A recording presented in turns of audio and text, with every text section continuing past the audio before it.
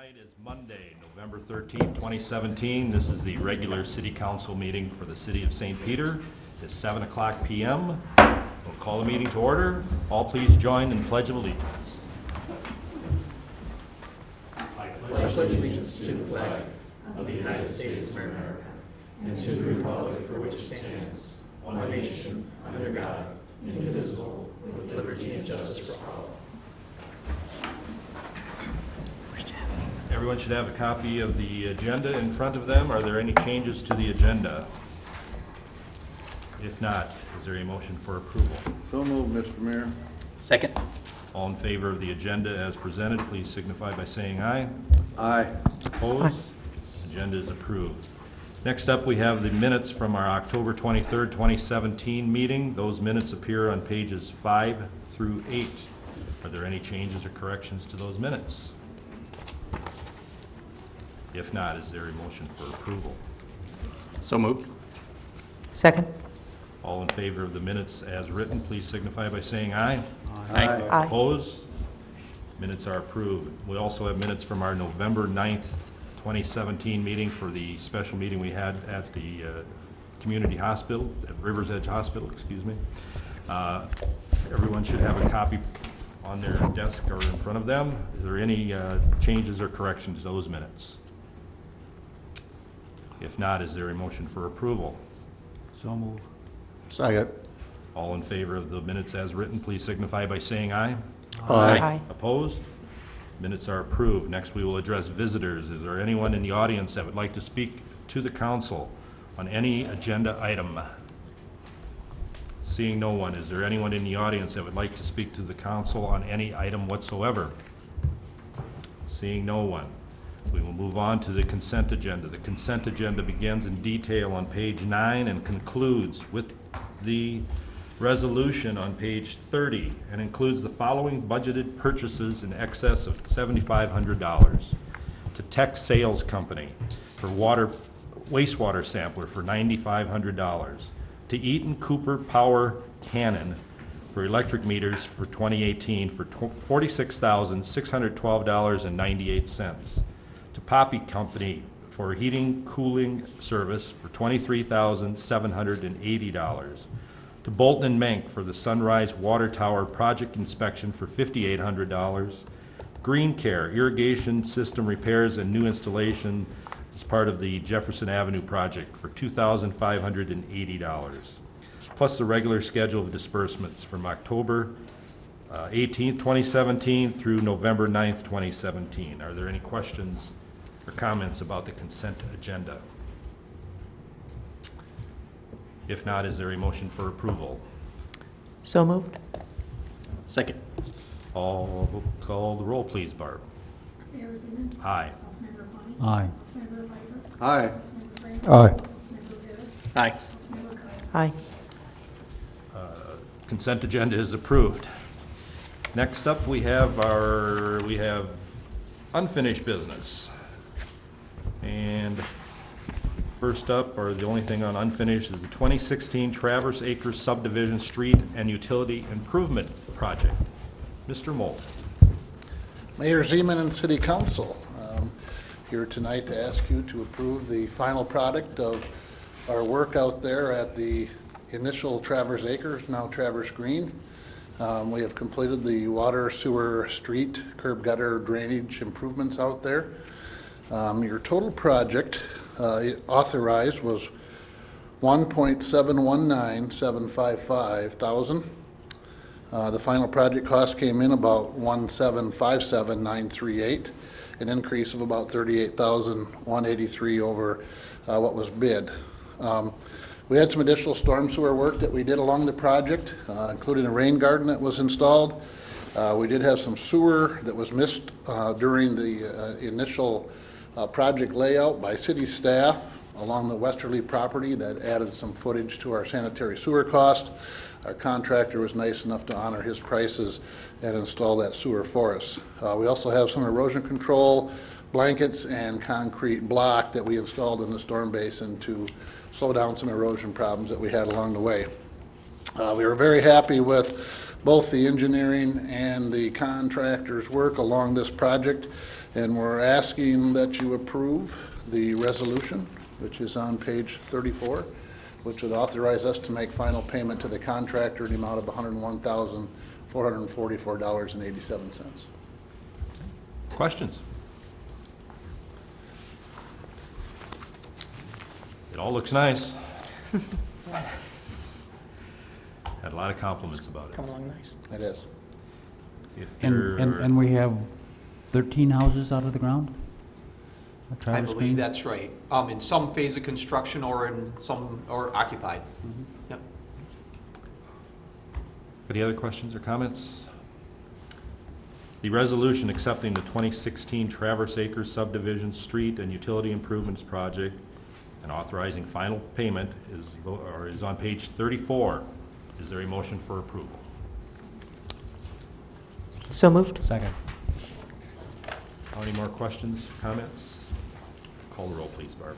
Councilmember Fleming. Aye. Councilmember Pfeiffer. Aye. Councilmember Graham. Aye. Councilmember Paris. Aye.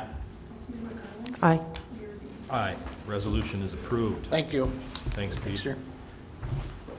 Next, we will move to new business. The first up is the 2010 electric revenue bond refinancing. And I believe Mr. Shannon Sweeney is here tonight to visit us. Greetings, Mayor Zeman, members of the council. Shannon Sweeney from David Brown Associates. In your packet is a cover letter and a resolution awarding sale for the 2017D electric revenue refunding bonds. These bonds would refinance the 2010C bonds that were issued to fund, I believe, some substation upgrades back in 2010. They were issued as Build America bonds under a stimulus program that the federal government had created at that time. Under that program, the bonds were issued as taxable bonds with a pledge from the federal government to reimburse 35% of the interest payment back to the city on an annual basis. About a year into the program, they reduced that to about 32%. So everybody was ticked off because they didn't give us as good a deal as they originally said they were going to give us. Still a pretty good deal, but not as good. And so since that time, people have been a bit disgruntled on the program because there was that minor reduction. All in all, you know, we've monitored things for quite some time, and we've actually reviewed proposals to refinance the debt for a little over a year now. We've looked at several, and this one was by far the best. The features that it offered were the bank, BB&T is the entity that's proposed to purchase the bonds, has essentially said, we're not going to add any new covenants. In fact, we wouldn't have any covenants at all. The issue is that our old resolutions on debt that we have outstanding say that any new debt has to at least comply with the covenants we've already created. And so there's some covenants that get replicated in the deal, even though the bank had said, frankly, we don't care about debt coverage and things like that. We see that you're a solid citizen and that you'll make payments. And so they were willing to forego some of the normal procedures. Additionally, they did not require a credit rating, which would have cost us probably between $15,000 and $20,000 to obtain, which we typically obtain for stuff like this. So we avoided that expense. We worked with a placement agent rather than an underwriter, which reduced that expense by probably about half. Our fee was reduced because we didn't have to go through the rating process and do those sorts of things by probably at least $4,000. And so our issuance costs, you know, we were saving probably, you know, $30,000 close to as far as issuance expense are associated on an electric revenue bond. You ask, why are these issuance expenses so high? This is not a general obligation pledge that the community is making for the repayment of this debt. Most of the stuff that we do, we pledge our ability to levy taxes against all of our taxpayers in the community, and that pledge is what everybody hangs their hat on as far as security with regard to this debt that they're purchasing. With electric utility, we don't have general obligation authority.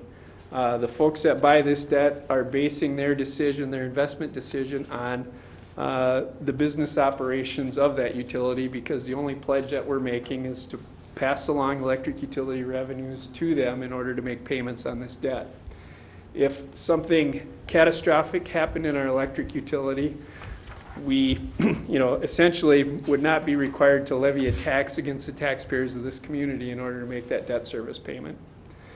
Now, there's all kinds of language in this resolution that references that we have to continue to operate our electric utility, and so we would certainly get sued if we didn't make a payment. And there are other things that we'd probably have to look at. But regardless, it is viewed differently in the investment world. They do base their decision on purchasing these bonds on other factors outside of your ability to levy tax. They look at the business itself. A lot of times they apply covenants, such as we have a debt coverage covenant that says we have to charge sufficient revenues to produce net revenues that are 125% of our actual debt payments. So if our debt payments annually are $1 million, we have to ensure that our net revenues are $1,250,000 at a minimum. Now, we do calculations and projections on that debt coverage before we ever get into this process to make sure that we're not putting ourselves into a precarious position. The lowest our debt coverage is in the next through 2031 based on our existing debt is 2.72 times our actual principal and interest requirements. So we meet the debt coverage requirement with no issue. We're projected to meet it with even fewer issues. Our debt coverage abilities climb going forward unless we take on additional debt. And so that covenant was not viewed as something that impaired our ability to operate our utility as we chose or saw fit. Wouldn't impact us. I'm not coming to you to say you have to increase rates. To the contrary, we have a healthy operation that is producing the debt coverage needed in order to make the covenant or make the covenants work. And so we continue to have covenant language. That's part of the process, you know, that we have to evaluate and look forward to make sure that we're going to continue to meet those covenants, which we do. The refinance actually, you know, enhances our ability to meet covenants because we're refinancing over the same term, and we're reducing our payments by about $26,000 a year through 2031. And so, Just to clarify, when you say same term, our payoff date is the same? Yes. So we're not adding any duration at all? No, we have not extended the term. We've used the exact same term. The old bonds, the 2010 C bonds, were paid off on December 31st of 2031. These are paid off, or December 1st, I believe. These are paid off on December 1st of 2031. So savings are true savings, a reduction in payments over that time. We're required to look at that as a net present value. What is that savings worth today? And that savings today is worth a little over $250,000. So in today's dollars, by refinancing this debt, we're saving about $250,000. The actual savings over time are a bigger number. It's $26,000 a year that our payments are reduced by. But again, we're required to talk to you in present value numbers. So again, number of reasons that we thought this was a sound way to proceed. It offered a competitive interest rate. We've compared it to other proposals that we've recently received. Issuance costs were significantly reduced because we didn't have to do a credit rating. It's a bank placement, which required less work on our part and the bank placement agent's part, traditionally an underwriter. No longer Build America bonds, so we're not subject to rule changes by the federal government through 2031 and reducing our reimbursement amount, which is a good thing. And so with that, we've made a recommendation to award, and staff agreed with that recommendation, and that's why it's before you. You have a significant resolution in your packet that provides for the award of sale to BB&T for the refinance of this debt. If you choose to proceed, we'd be closing on or about December 1st. So more than happy to answer your questions on the resolution. Question? So Shannon, we have a couple of blanks within the resolution. So what are we filling in there? All right. On in section 1.07 of the resolution, item A, it's at the top of our page number 3. Your council packet would be a different page number. 39 in the council's Yeah. packet. There's a calculation that's made with regard to net revenues available for debt service, and we're taking, it's that debt coverage calculation that I talked about where we have to take gross revenues of the system, which are about $11 million a year. We have to subtract operating expenses, which are about $10 million a year. We add back depreciation because it's a non-cash expenditure, which is about $975,000 a year, which gives us net revenues that are available for debt service, which is, I'll say on average over 2015 and 16, about $2.3 million. Well, our total maximum principal and interest due during that time was less than $1 million, and so our debt coverage was over 2 times with regard to the net revenues that we have available to make debt service payments. Now, that doesn't mean we have $2 million just sitting there to be used for anything and that we're overcharging our customers. That's revenues before we factor in transfers, capital expenditures, and other things that are necessary parts of operating this utility. So my message for you isn't that we have all of this surplus revenue that's being generated by the utility. My message is we have strong coverage of the debt under the covenants that the lenders apply to our utility. We have some flexibility to make those payments, changing when we make some capital expenditures, things like that. But at the end of the day, the covenants aren't an issue for our community. So the blanks in paragraph B, the 2017 D bonds will have an interest rate that's fixed for the term of 2.5%. That's what goes in the first blank. And then the sum of the annual payments will be about $877,392.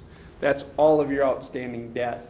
We have to, in order to meet the covenant, we have to look at the maximum annual principal and interest payment over the remaining life of all the debt. That number is $877,392. That's the biggest debt service payment you have and that's actually next year, I believe. So after that, you have debt that begins falling off over time. Your debt coverage gets stronger, So that's why the documentation mentions the 2005 debt. It's not because we're financing it, it's just full disclosure.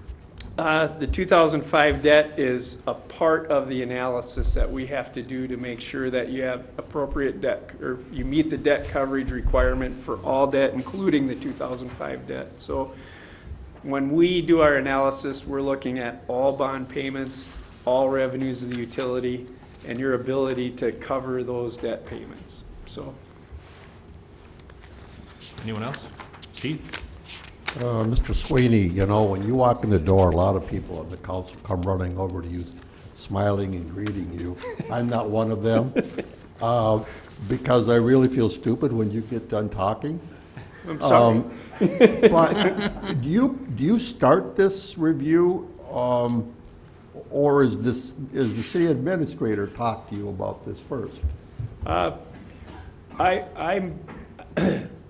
I've been around long enough where underwriters, investment bankers, the folks that want to buy your bonds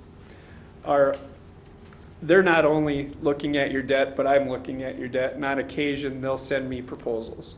I'll look at the proposal. If I think it has merit, I'll pass it along to Paul O'Connell, the finance director, and we'll talk about it. And to this point, we haven't seen anything yet that we thought was worth bringing to the council because it cost a lot in issuance cost. It required a credit rating, which was a significant process that, frankly, we weren't ready to go through at the time. And ultimately, the savings weren't to a level where we thought it deserved all the attention, the expense, and council consideration. When we received this proposal, our thinking changed. We were saving enough money, the issuance costs were low enough, and we thought it was worth bringing to the council for discussion and potentially decision. So on a smaller scale, are you like an investment advisor for a person? No. No. No, I don't work with the city on investing dollars. When the city has a project that they wish to finance, I work with the city to determine, one, what's the best way to sell the debt in order to produce the lowest overall cost of borrowing, and two, how are we going to pay it back in developing a plan for that. We're called a municipal advisor. We're independent. We do not buy and sell bonds, so we don't have a conflict of interest in that regard. Our sole duty, and it's a fiduciary responsibility to the city, is to provide you options that provide the lowest overall cost of borrowing. That's what we're required to do, and we take that very seriously, so. Thank you. If I could chime into that, because I think you asked a relationship issue. Shannon's been the municipal advisor for you since 2003, 2002, something like that. Yeah, right in there. One of the benefits of having continuity within that consulting relationship that Shannon and your staff and you enjoy is that we kind of know what the thresholds are. We understand, we have the same language. Shannon can act on our behalf in accepting some of those proposals and work in that direction so that a lot of the work gets done before we have to worry too much about it. So the sorting, a lot of the sorting could take place before staff worries about it. There's a great amount of value in that. And as we've talked about before, at least from my chair, we rely on Shannon to be that second set, third set of ears and eyes related to what's going on in the marketplace, what can happen in relation to our debt, what opportunities are out there. And so that's been very valuable for us. Some communities use lots of different financial advisors. We have not, and I think there's been a lot of benefit in us having that continuity. Okay, thanks. Thank you. Anyone else? If I can, we do have a couple more blanks that get filled in on, Yep. on some of the documentation through Mary Ipple's office, through your bond counsel, on the documentation itself, on 5.03 and 5.06. And so those are sums which are included within the table that you saw, so we will also fill those in Yeah. appropriately. Shannon, you got those? Yes, I can sure comment on those. In 5.03, it's asking how much of the proceeds of the bond issue are being applied to pay off principal on the old debt, and that's $3,340,000. And again, it's asking how much of the old debt service reserve is gonna be applied to project costs. That's $915,656. It's the old debt service reserve that we had to keep on the shelf. It's money that we have to specifically set aside as a reserve to make a debt service payment in the event that utility revenues aren't sufficient. That number is actually going down. So our future reserve, which is referenced in 5.06, is going to be $877,392.08. And that will actually go down over time as well, because the debt service reserve is based on our maximum annual principal and interest payment. And after next year, our principal and interest payments will continue to get smaller for a period of time as we have some debts that have relatively short lives left on them that will be paid off. And so our reserve amount is going to go, and our debt coverage gets better. So we have positive trends. Likely you'll have a project, because that seems to be how life works. But for the moment, we have projecting some strength and ability to be able to do those projects because we have debt that's going to be paid off, if that makes sense. So the big picture is you're gonna save about $250,000. The terms are about the same. You have enough money to make this work out within the covenants that the bank is asking, and it's probably okay to save $250,000 when you can. Yeah. That savings is from now till 2031. Yes. I have a question about that. Shannon, we are refinancing this with the same terms, the same payoff date, a lower interest rate. And so we'll save about $26,000 a year over 13 years, which is about $350,000, and then discounted at some rate to today's present value, we get to $250,000. When you discount, what rate are you discounting? We actually use the rate on the bonds, which is 2.5%. Okay. Some of that difference is associated with reserve that's being applied to pay issuance expense, I believe. My question is that an alternate way, rather than keeping the term the same and saving $26,000 a year, is to keep our payments the same, because Yes. we have budgeted that amount, Yes. and I have the debt be paid off a year and a half sooner. The reason that I assume that if you do that, the lump sum you receive at the end of 11 and a half or 12 years or something like that, discounted back to today's present value, is less than $252,000. And you're required to, well, you are required to discount, you're not required to decide. Yeah. Frankly, I think I've only done one refinance out of a lot where we've actually structured it in that manner. the vast majority of my clients have wanted to see even savings over the remaining duration. They just like that structure better. They're finance people, and my question is that a $26,000 a year savings on $11 million budget is less than not noticeable. Yes, It doesn't exist. yes. If you save it all, the 350, I don't know how much it is, something in excess of $300,000, a year and a half payment, maybe $400,000, all at once, at the end, from not the finance officer's point of view, but from the politician's point of view, the manager's point of view, the council's point of view, maybe it's more significant. You already have debt dropping off over the next, even by 2019, so a mere 2 years away or less, Yeah, your that's- debt coverage is 3.6 times. That's absolutely true, and that will be replaced by other new things we need. that Sure. But I'm just saying that a significant drop-off a year earlier might be something that the council would be, not on this one, because we don't have time to do that now, but on, maybe on the next one, it would be something as an alternative Yep.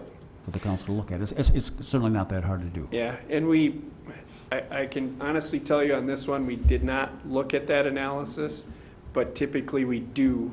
We do have two alternatives that we look at.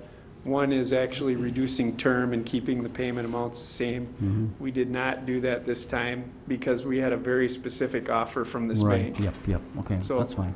But if you could do that next time for us, that would be. Absolutely. just- And, just- and again, And we- if everybody chooses this way, probably we will choose this way also, but it's nice to be able to look.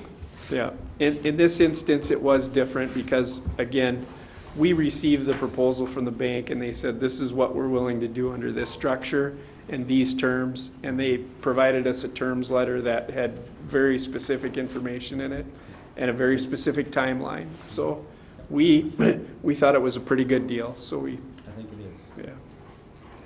Jim? Shannon, what goes in the second blank in 5.06? You got the first blank was, They're both the same number, right? yes. It's that 877, 39208. Thank you. Any other questions? With the savings, can we see any rate reductions? That'll be determined by the council on a year-by-year basis as you look at your overall budget as you go forward. That's a driver. I mean, I think Councilmember Kwame and Shannon are right. That in and of itself is not a rate driver when you spread that across 4,000 meters. Right. Yeah, it just Right. isn't. Right. But, I see it also as, I know this is electric fund, but sometimes we're raising the levy for $50,000. sure. This is half of that, Yep. every year. Yep. So, I just see that as that kind of money as well. Yep. So it's all going in the overall budget picture when we look at that every year. Right. I mean, some of that is just goes to show you how sensitive the city of St. Peter is to local government aid, modifications and changes in local government aid. Right. Anyone else? Steve? I just wanted to thank Mr. Kwame for bringing that issue up because it was rolling through my head the whole time that you were talking, Mr. Sweeney. So I appreciate Mr. Kwame bringing that issue up. Anyone else? Shannon, I know we pay your company, David Drown Associates, for doing work for us, but I really do appreciate all the work you do. Thank you. We have gained greatly because of your service. Thank you. Appreciate that. Any other questions or comments? The resolution for the 2010 electric revenue bond refinancing begins on page 38 and concludes on page 55. Is there a motion for approval? So move, Mr. Mayor. Second. Any other questions or comments? Call the roll, please, Barbara. Councilmember Pfeiffer. Aye. Councilmember Grant. Aye. Councilmember Barris. Aye. Councilmember Carlin. Aye. Mayor Ziegler. Aye. Councilmember Aye. Resolution passes. Thank you, Shannon. Thanks, Shannon. Next up, we have the 2017 canvass of general election results. Mayor, Todd? members, there's information in your packet on page 57 with the resolution providing for the canvassing. We will mention that on the very right-hand column, under the totals column within Ward 1, there's a typo on Edward Johnson, where the total number there wasn't 287, it was 387. Other than that, the resolution accurately reflects the voting as it occurred within the jurisdiction that you have, and it's appropriate under state law for you to pass a resolution canvassing the election or approving the election results. And again, that's on page 58. Any other comments or changes? With that change, as Todd mentioned, the resolution canvassing 2017 municipal election returns appears on page 58. Is there a motion for approval? So moved, Mr. Mayor. Second. Now, any more questions or comments? Call the roll, please. Councilmember Grant. Aye. Councilmember Harris. Aye. Councilmember Carlin. Aye. Mayor Zeman. Aye. Councilmember Bowman. Aye. Councilmember Pfeiffer. Aye. Resolution passes. Next, we have the unpaid utility charge assessment process. Mayor and members, this is included in your packet on page 59. You go through this on a regular basis. This relates to utilities that are under the law able to be assessed and under your policy, and ordinances that are able to be assessed. And so it starts out, and you'll see there's a table on page 59 that has changed over time significantly. And so you'll see a substantial reduction in not only the number of delinquent accounts from the mid-20 teens, but also a reduction in the assessable charges and non-assessable charges. And of course, then the total charges, it's down a little bit again from 2016. This is part of that process as you move forward after you've tried to work through other collection processes. And so the information that's in your packet sets forth a schedule, which is tonight calling for a resolution, calling for a public hearing, which is required under the state or state statute, sending notification to the owners that are delinquent, providing the notice within the Herald, and doing all the other statutorily required things in order to assess unpaid utility bills. The information on page 62 lists out those folks and the amount that is assessable and the amount that is non-assessable. And then the resolution providing direction to the staff to make this happen is on page 63. I'm open to questions and to do my best. I'm sorry Paula is not here tonight. And if you want to know more about that, you can let me know. But I think this is very similar information to what you've seen in previous years. Again, the resolution's on page 63 to start the process out for this. Questions? Roger? Were we able to ask questions specifically about some of the individual amounts? I'd rather address that offline if I may. I think that's probably the most appropriate way to do that. As you know, there are certain utilities that you can assess for and those that you cannot, and there are circumstances related to some of them where you have a consistent policy that you do not assess the amount that's out there. And so if you want, we can talk offline and get That's that fine. information. It's all public information. It's It just, is. the details maybe we don't need to discuss at this point. Yeah, and frankly, Right. it's been really the policy of the county council not to wave a big red flag on any particular property. These are assessables that are able to be assessed and are due, and you follow the process that you have in place. Yeah, that's why I asked if it's appropriate to Yeah. ask. I'll ask after. I could ask a policy question? Please. We don't assess upon death of the, of our customer? Well, that has been your policy. But So I've people got to go to an extreme to get out of it. Well, yeah, well, it comes up, my father, my father died a year ago, and part of the estate, we had to pay the utility bills on the house. Isn't that, if we're in St. Peter, he wouldn't have had to pay that? I think we have had those paid in the past, John. I think the question is, would we assess it against the property? Not whether they should or would pay it, but whether we would assess it. And we've assessed them against people that have died. This says we don't. Yeah, we have in the past. We have in the past, but if there's nothing left in the estate, we have not assessed it against the property, John. Maybe I'm not tracking with what you're there's- going. So there's two different ways of trying to collect after the person has died. If they, three, they gets normally paid by the heirs, The estate, yeah. or if there's nothing in the estate, then we don't assess the We have not. But I know we've had people on the list that we've tried to collect it, Correct. but what stage it was at, I guess maybe I'm not sure.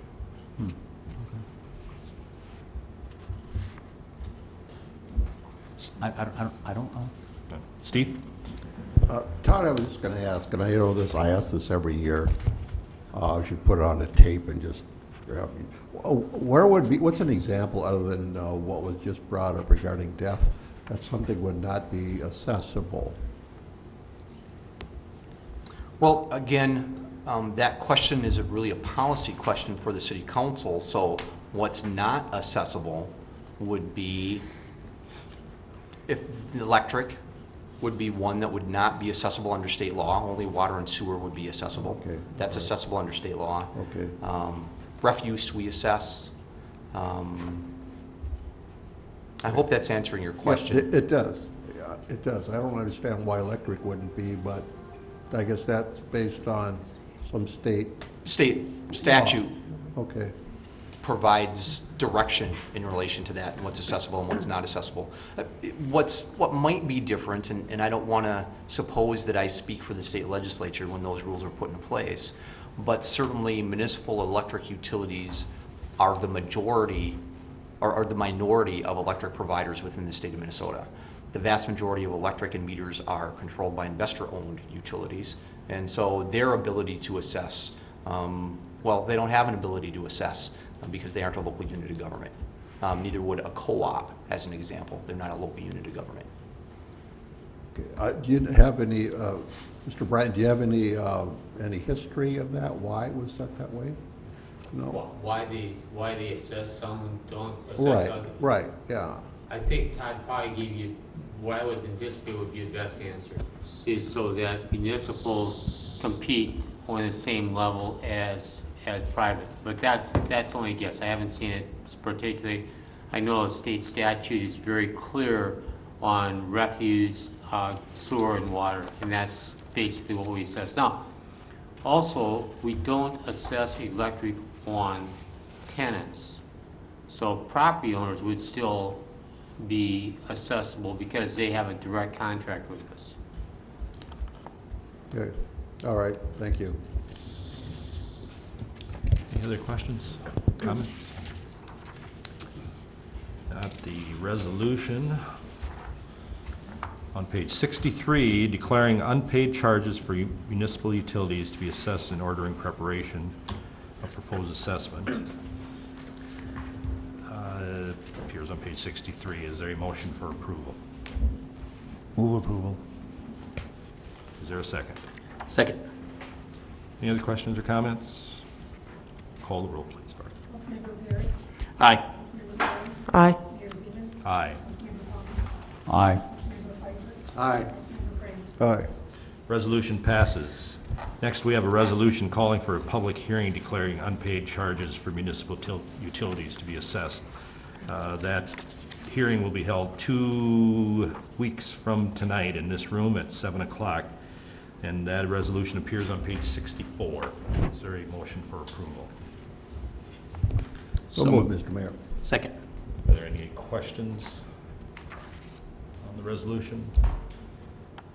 Call the roll, please, Bart. Councilmember Garland. Aye. Mayor Zeman. Aye. Councilmember Palmer. Aye. Councilmember Pfeiffer. Aye. Councilmember Graham. Aye. Councilmember Pierce. Aye. Resolution passes. Next up, we have the unpaid miscellaneous charge assessment process. Excuse me. Mayor members, these charges are across a couple of different venues. So first of all, the larger ones that you see on page 66 relate to maybe a water or sewer service improvement that we worked with a property owner on, and they've signed a waiver for, so they've agreed to the assessment to make an improvement. Some of the smaller ones you see in the $600-ish kind of range relate to either mowing, weed control, or snow removal. I think all of these relate to mowing, if I remember the list correctly, for cause and purpose.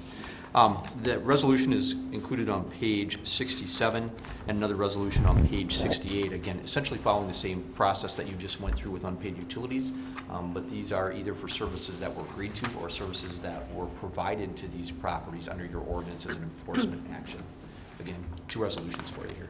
John, for clarification, the person that I was referring to that is deceased is actually on this list. Oh. And the one that's referenced here. So apologize if I misspoke. Susan? So I'd just like to reiterate that most of the list of individuals here are not delinquent in any way. They had some sort of planned services provided and made arrangements for some sort of payment plan, if you will, which is really Yep. the assessment. So their name's on this list, but not because they've been delinquent in making payments to this point. That's correct. They've agreed to the assessment to make payments. Right. If they had not agreed to the assessment, we would not have undertaken the work for them. Right.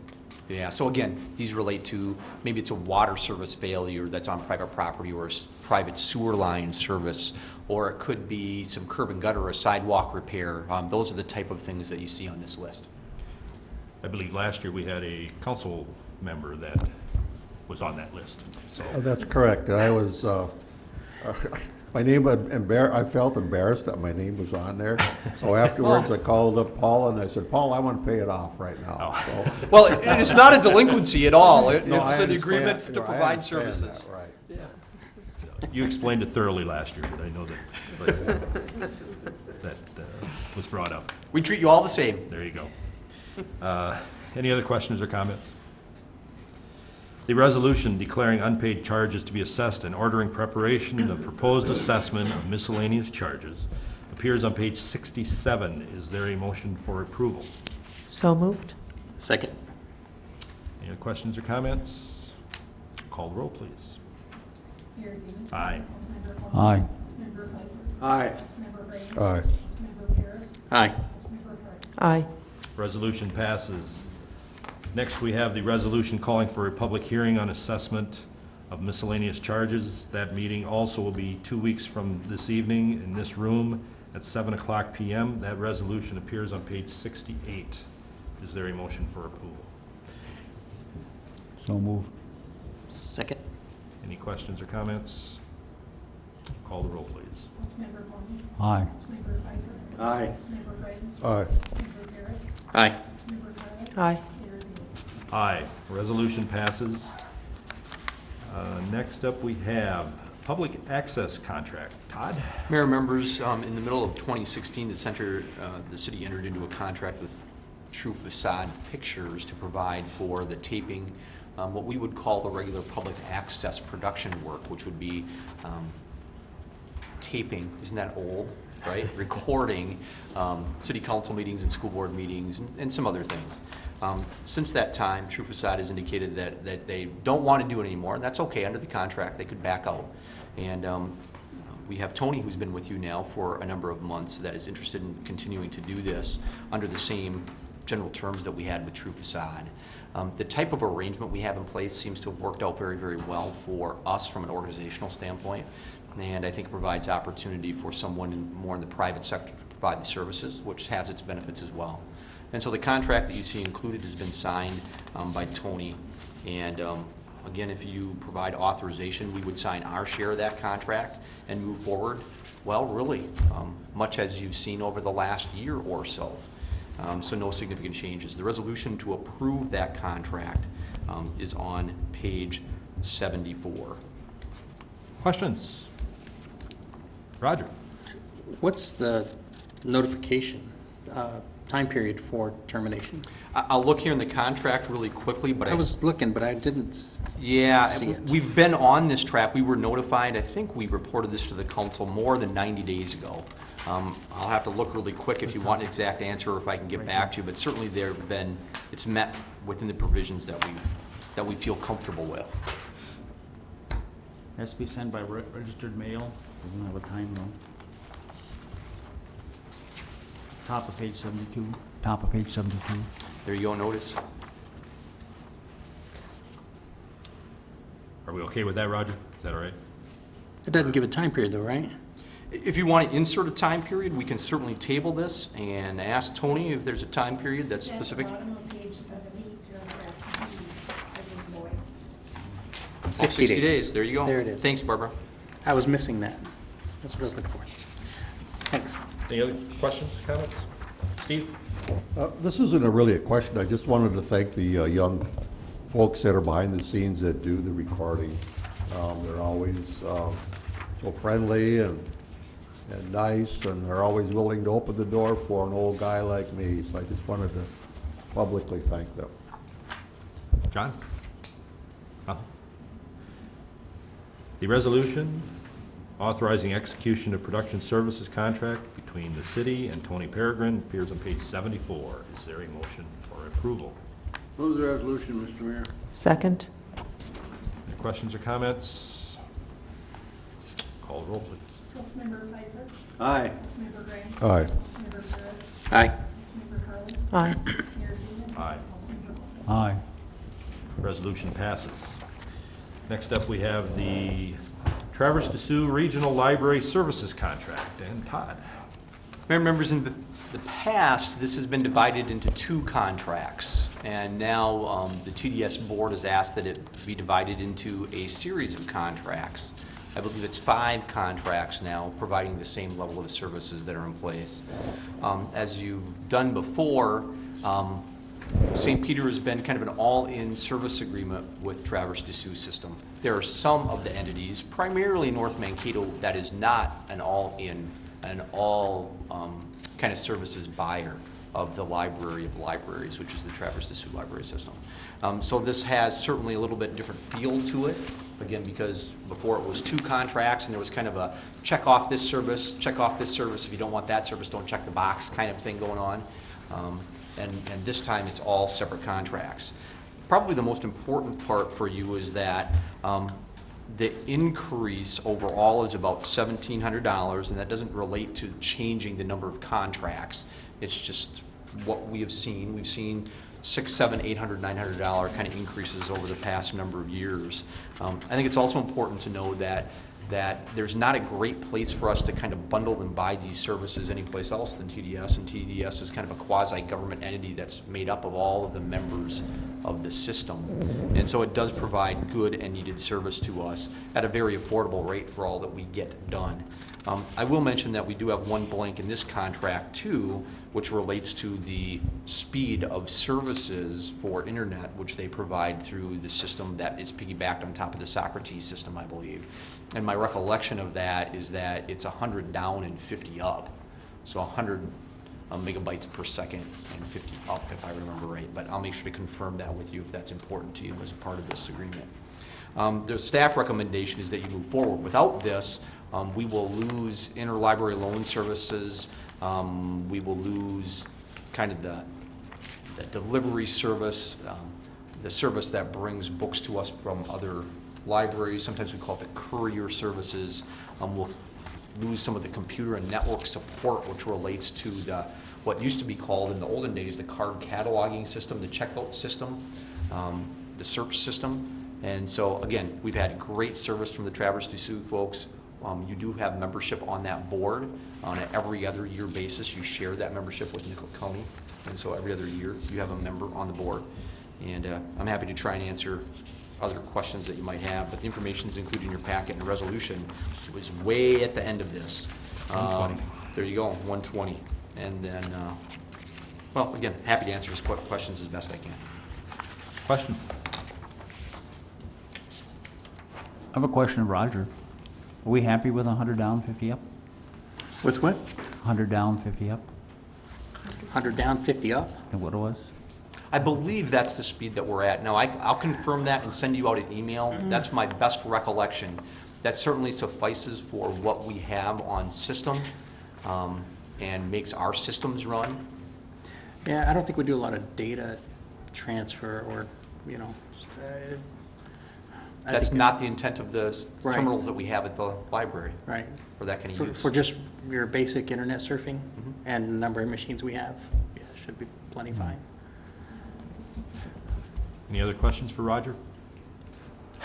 I have a question. Go ahead, Roger. You know, I've been on library board. It's a lot better now, the cataloging, a lot better. I had to apply a lot of pressure for it though, to the point where I was almost having to talk to Traverse des Sioux directors.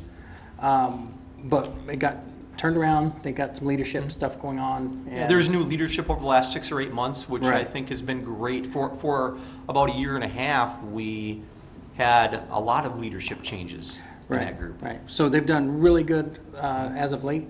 But I didn't see in here, and I've questioned it back then, and I think I questioned it last year, or last time we saw contracts, was service level agreements. And if they don't meet those service level agreements, what does it cost them?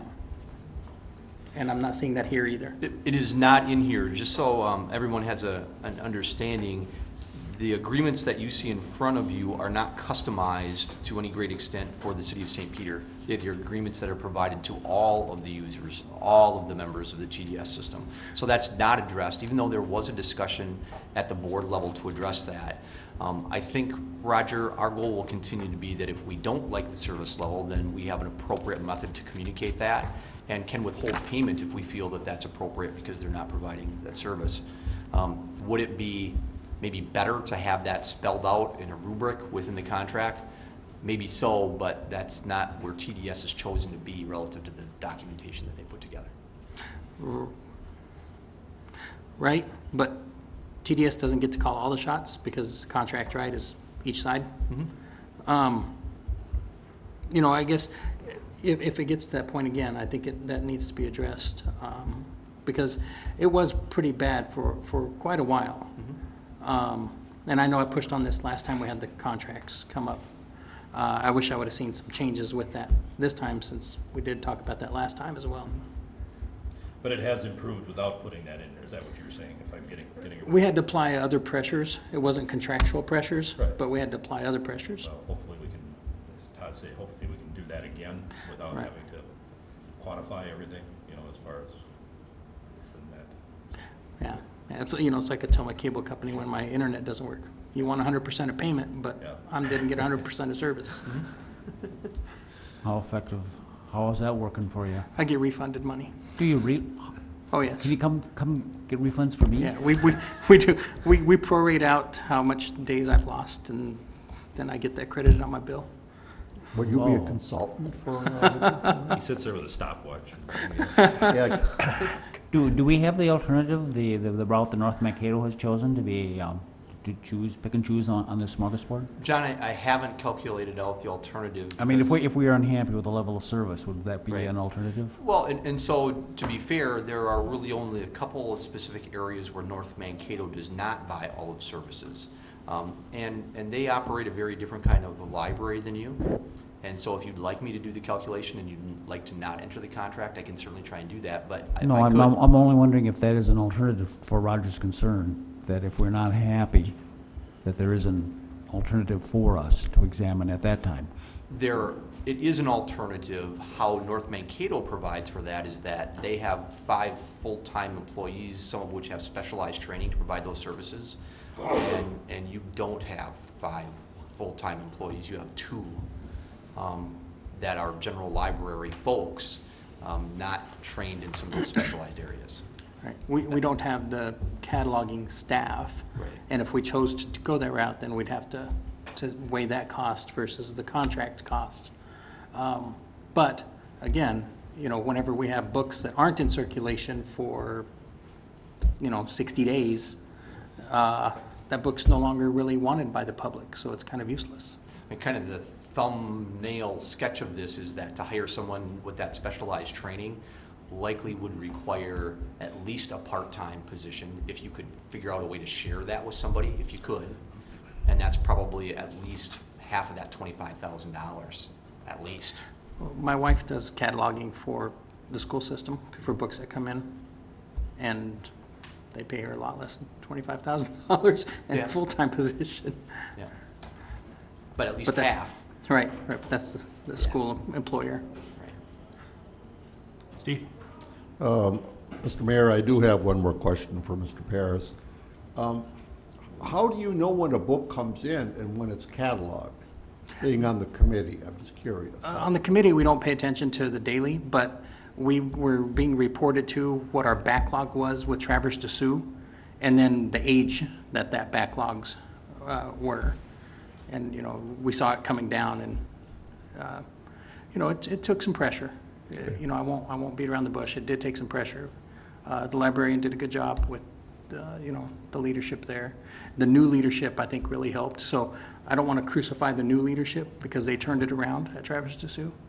I just was hoping to see something in here that was a little more tangible. Okay, thank you. Anyone else? The resolution approving execution of library services contracts with Traverse de Sioux Library System appears on page 120. Is there a motion for approval? So moved. Second? Any questions or comments? Call the roll, please. Councilmember Ritter, Aye. Councilmember Harris, Aye. Councilmember Garland, Aye. Aye. Aye. Aye. Resolution passes. That concludes our new business. Next up, we have reports. Don't have a whole lot to add. Maybe one thing. Little Miss Snowflake coming up on Saturday at, I believe it starts at noon to 4 o'clock down at Park Row and Minnesota Avenue is where they have the event at. And that's the only Mr. thing I Mayor? have. I believe What's it's that? Susie Snowflake. Susie Snowflake? I thought it was Just- Little Miss Snowflake. Just a point of clarification. I see, Susie. Susie Snowflake. Okay. Are we talking Susie Garland? Susie Garland's Snowflake. Todd? If I could, I'd leave the floor for a couple of your council members who are in the Minnesota River Valley Transit Group, the joint powers agreement that you have with LeSueur. They had their first ever retreat on Thursday. And so I don't know if you have any comments. We had it, and I thought there was certainly a lot of great information exchanged, and certainly, at least from my perspective, from a staff perspective, I got a lot of really great direction about what you're thinking and what's important to you and how you prioritize things. So I'd leave it to Steve and Susie if you have any comments about that. Sure. Our current structure of being a joint powers board between the cities of LeSueur and St. Peter is coming up on about our first anniversary. So we seemed like it was a good time to have some sort of deeper goal setting session than what we've had in the past with our regular meetings. It was a chance to sort of talk about what we would like to see into the long term for transit in this area, asking about the partnerships that we currently have going and what types of partners we might like to see into the future. We brainstormed a little bit about, we asked some questions. Who are we serving on transit right now? Who else would we like to see served by transit? We talked a little bit about rate structures, timing, days of week, times of day, all those sorts of things, kind of the nitty-gritty details that don't really come up in regular meetings sometimes. So it was all very useful information, and I think, as Todd said, it gave a little more direction for some of those items as well. So. As a member of the Joint Powers Board, I've always felt honored to be asked to be on the board, and I've always appreciated Susan's leadership and Mr. Prathke's leadership. I have been a long-term user of the St. Peter Transit when we moved here, and I still continue to use it. And I've used the transit to Mankato, and it's a wonderful service. And if people, it's open to all people. And it's not just for people that don't drive or the people that don't have a car. It's for everybody. And it's a wonderful service. So I would really recommend it for all citizens of St. Peter and LeSueur to utilize it. I think one thing that was agreed to by the members that participated is that the transition has gone very smoothly. There's certainly always things to do, but the transition has really gone very smoothly from the separate entities to the joint powers. And I think that's a pretty cool thing, actually. Pretty cool. If I can, I'll go on to the next item, which just to remind council members that there is a council finance committee meeting at 5 o'clock next Monday, so it's a half an hour before. And your finance committee meets irregularly, maybe once a year, once every 2 years. Specifically, they have a job related to making a recommendation to the council for legal services. So that's posted, and so I believe it's Carlin Kwame who are members of that, along with the mayor. And so those are the members, so watch for that information. I think if you are a member, you maybe got the packet delivered to you tonight for next week. And so again, watch for that. This relates to contract for legal services. Before I turn city administrator evaluation over to the city attorney, I will also mention that we did pass out this evening my notes from the goal session that you just had. And so please take time to look at that, and if you have any questions or concerns, it will be my goal to include it in your next overall council packet. I try and do it in a timely fashion, and frankly, I just didn't get it done in time for the packet to go out, but I wanted to get it to you. And I know some people watch that online, so it'll be available in the next council packet as we put that out. But please feel free to take a look at that. I won't get into a lot of detail. I think it pretty much speaks for itself, and the bullet points, I hope, address the issues that you talked about as a part of your goal-setting session. And so then I'll turn it over to Jim, and then we have a resolution for executive session, but Jim can talk about the next report. Thank you. Last Monday, we had a closed session to evaluate the city administrator pursuant to Minnesota statutes. And according to those statutes, we have to make a report on that meeting. Basically, the council felt that Mr. Crafty was doing a good job. The council evaluates Mr. Crafty on approximately 36 different areas and rates him on a scale of 1 to 5, 1 being unacceptable, 5 being excellent. His scores improved this year over last year. Last year he received 4 3s, this year he received 1 3. Last year he had 42 4s, this year he went down to 26 4s. Last year he had 206 5s, and this year he went up to 225 5s. So overall performance improved over the year. And the other direction the council gave me was to discuss these findings with Mr. Crafty and negotiate a contract modification for this coming year, which we will, if not scheduled yet, we will in the near future. Mayor members, that's all I have for you for reports. Other than that, I have a request and a resolution calling for closed sessions, really 3 separate closed sessions. One is to discuss the potential sale of property located at the corner of South 3rd and South Washington. And then the other 2 relate to collective bargaining agreements, union contracts with your police officers and your communication technicians, locals 241 and 242. And so that resolution is included on page 121. I will mention that for those sessions, we'll go down to the Traverse de Sioux room, and I plan to come back into open session only for an adjournment. Don't plan to take any action on any of those items tonight. Okay. One other thing I had, I didn't realize that we don't televise for another 2 weeks, so everyone have a happy and safe Thanksgiving, which will occur before that. Other than that, does anybody else have anything to add, other comments before we go to the other last resolution? John? Nothing? All right. As Todd stated, the resolution calling for closed sessions, and I'll go into the details so we have it as on the record, for sale of city-owned property at the corners of South Washington Avenue and South 3rd Street, and also the negotiations in the law enforcement services locals contract and the communication technicians contract appears on page 121. Is there a motion for approval? So moved. Second. Any questions or comments? Call the roll, please, Barb. Councilmember Paris. Aye. Councilmember Carmen. Aye. Mayor Zeman. Aye. Councilmember Cohen. Aye. Councilmember Pfeiffer. Aye. Councilmember Graham. Aye.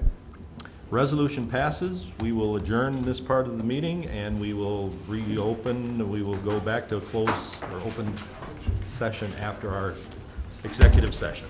Thank you. It's up. Traverse and Sewell.